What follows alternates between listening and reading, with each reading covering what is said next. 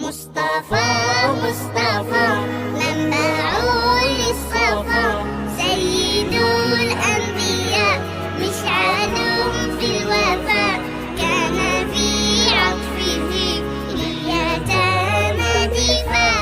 مصطفى مصطفى منبع للصفا، سيد الأنبياء مشعل في الوفاء، كان في عطفه لليتامى دفاع. حن قلبي له فاض شوقا إليه، ليس أرجو سوى شربة من يديه. الصلاة عليه والسلام عليه، للسماء ارتقى فأتى بالنقاء، وغدا وجهه